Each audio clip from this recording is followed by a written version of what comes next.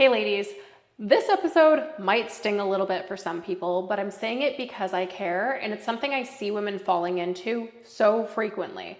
And I'm sharing this because I've lived it, and too many strong, capable, high-achieving women are silently struggling with this, and it is the slow unraveling that happens after marriage. So let's get straight to the point. From my perspective, getting married is not permission to stop caring about yourself. And in saying that, I don't mean don't gain a single pound or look like you did when you were 21 forever. I mean, it's not permission to stop trying.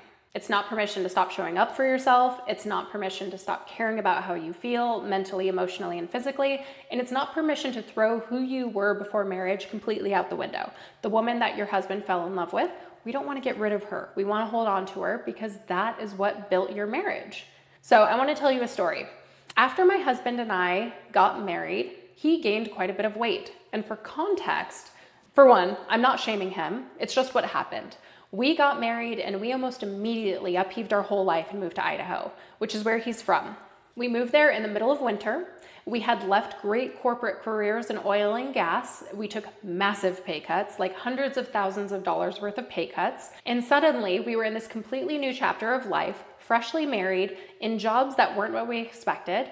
And the energy was just different. The lifestyle was different. And honestly, we got comfortable like most couples do in marriage. There wasn't much going on in Idaho in the winter except drinking. That's what everyone did when they got together. It was casual beers, family barbecues, weekends with no direction. And while I kept going to the gym and kept prioritizing my health, I could see that my husband, which was a man that previously had so much drive and discipline, was actually starting to slip in that.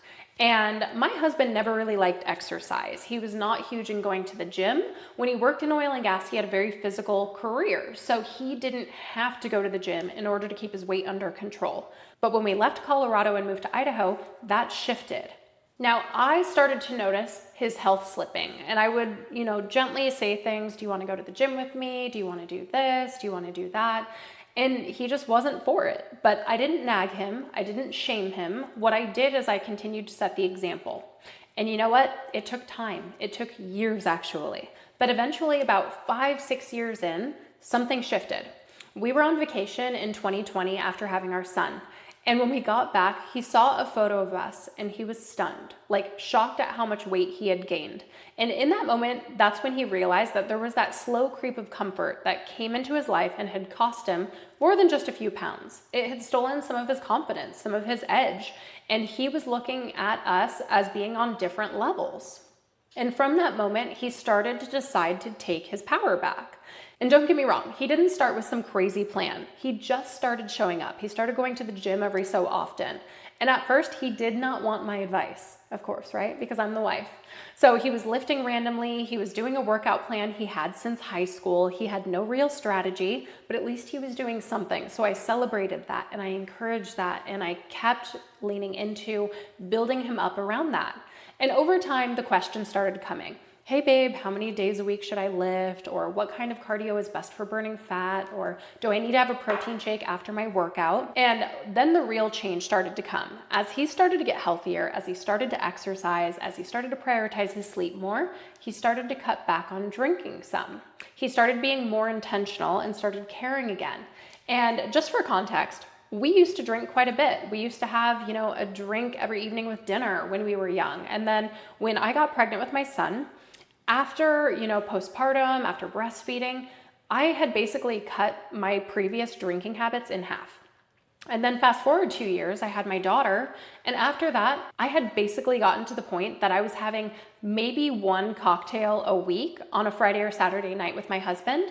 And at some point, I woke up one day and I was like, why am I drinking at all? Like, this doesn't serve me. It doesn't help my goals. It's not making me better. It's not making me happier. It doesn't make me feel good.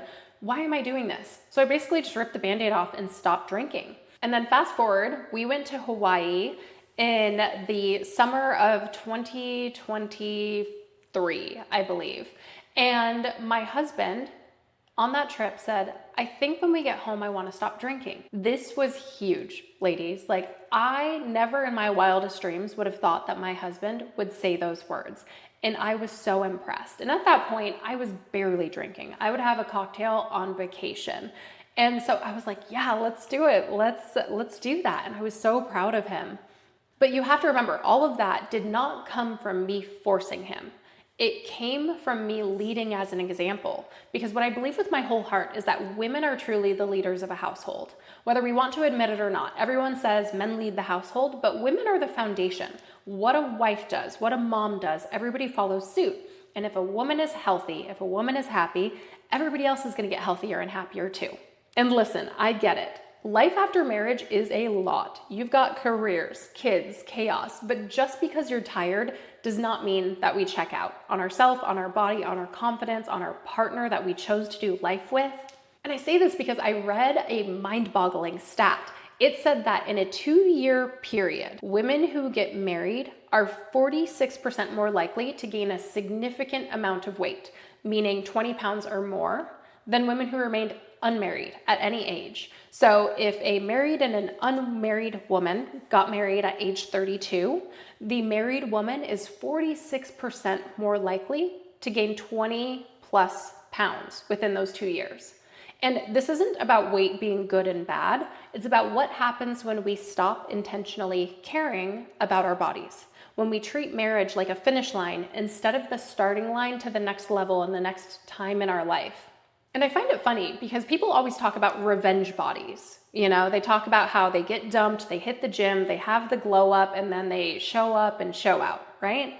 But what I think is truly a more powerful move in your life is having a marriage body and being a woman who stays fit, confident, strong, not because she's trying to prove something, but because she's committed to bringing her best self to this life and this relationship and motherhood in a powerful way.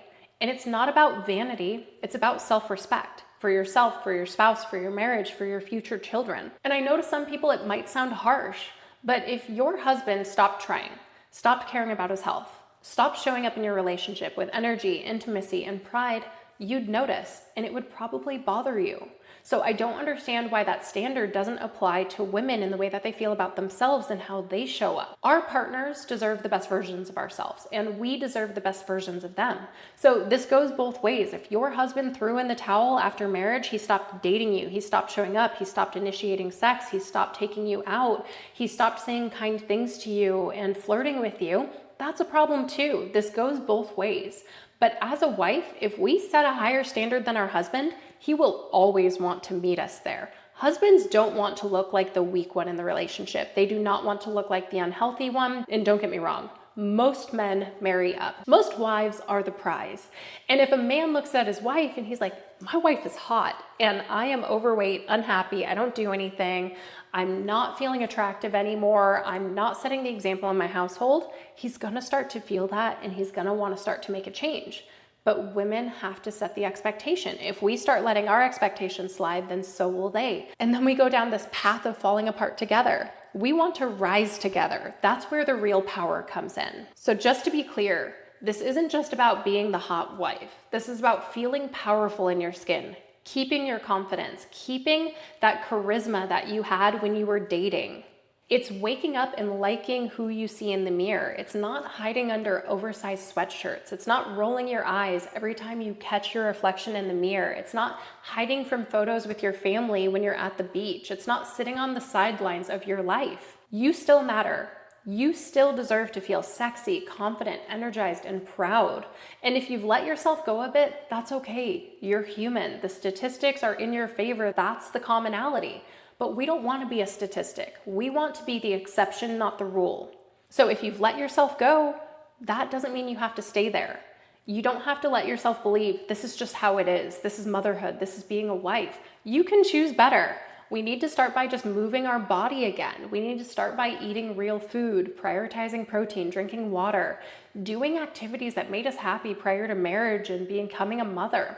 We need to start sleeping more and saying no to things that drain us. And we need to start leading our household and being an example so our spouse and our kids and our home can follow.